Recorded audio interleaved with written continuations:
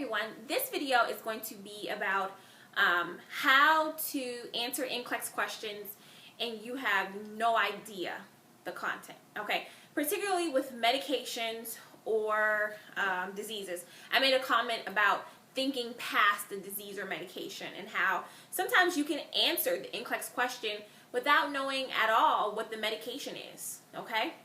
And somebody said, I got an email saying, well, how do you do that? Like, how am I supposed to answer a question when I have no idea what they're talking about? So I wanted to do some with you. I found a good one in the homework book. So if you guys have the self-study program homework book, it is on page 12 and question number 8. So the question is, you guys can do it along with me. The question says, a newly diabetic client has been ordered to take butamide or Oronase PO to control his blood glucose levels. Which teaching about this drug is most accurate? And when I give this to my students, they're like, oh, I never heard of Oronase. I never heard of butamide. I can't figure out which teaching is most accurate. But the choices are A, this medication acts by increasing the insulin's ability to bind to the receptor cells. B, this medication acts by helping the kidneys release more renin, which will decrease the blood glucose levels. C, this medication can be used with corticosteroids as they work in combination with each other. D, this medication will still be effective if the patient follows a diet that includes mostly simple sugars. So this is the way that you answer this question without knowing exactly what the medication is, okay? So we're going to ignore the medication and we're going to look at other clues that we are given in the question. So the first clue that we're giving is this is a diabetic patient, okay? So if you understand the pathophysiology of diabetes mellitus, you have a huge hint right here, okay? So you have a diabetic client. Now, look at the route of this medication, okay? It is a PO medication. So when we go back to diabetes mellitus, is this diabetes mellitus type 1 or type 2?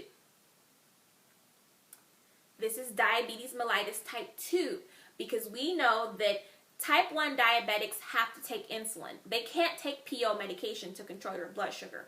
So we know this is type 2 diabetes. Now, when it comes to type 2 diabetes, most of you, if you've taken this review, what do you know about it? Well, you know that in type 2 diabetes, the body is actually still producing some insulin, right? It's still producing what it needs to control the blood glucose levels. But mostly, the problem is when the insulin cannot get into the cells. So there is a blockage there, okay? And typically fat is blocking those receptors, okay?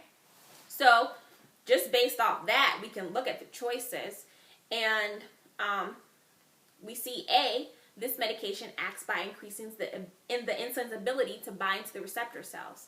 Well, that's going to be the right answer, okay? B, if you know about type 2 diabetics, you know that renin, it has nothing to do with the blood sugar levels. The kidneys have nothing to do with producing renin. That's not going to control the blood sugar level. C, you guys know that corticosteroids increase the blood sugar level. And this is a contraindicated medication when it comes to type 2 diabetics. Type 2 diabetics should not be on steroids and PO oral anti-diabetic agents. They are contraindicated.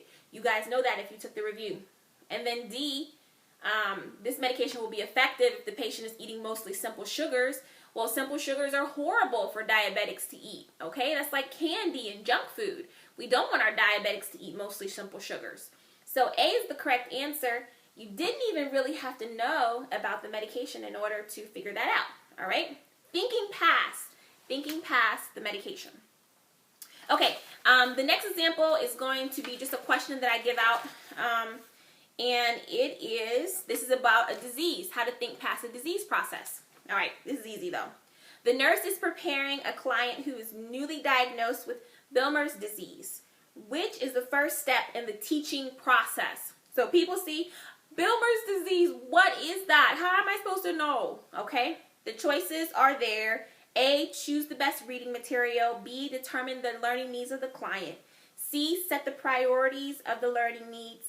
D, determine the goals of the teaching environment.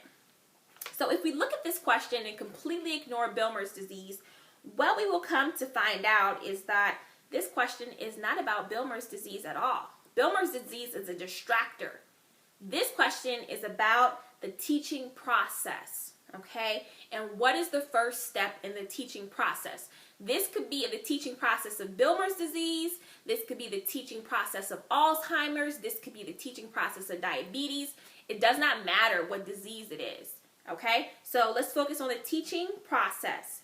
And the very first step in teaching somebody something is actually figuring out what they need to know, okay? We can never just go in there and say, oh, I'm going to teach this patient the early, middle, and late stages of Alzheimer's. They might already know that, okay? They might need to know something else. So the priority for you is determine the learning needs of the client. What is important to them? What do they want to know, okay? So these are two great examples of not knowing what NCLEX presents to you, but still being able to figure out the answers. So when people say, I failed NCLEX because I got a lot of medications I didn't know, that really concerns me, okay? Because it's less about the medications and probably more about the content that you're missing. So be very, very careful, okay? When you're taking NCLEX and you're just like, all these medications, I don't know them. Try to think around them, okay? All right, guys, that's it for right now. Bye-bye.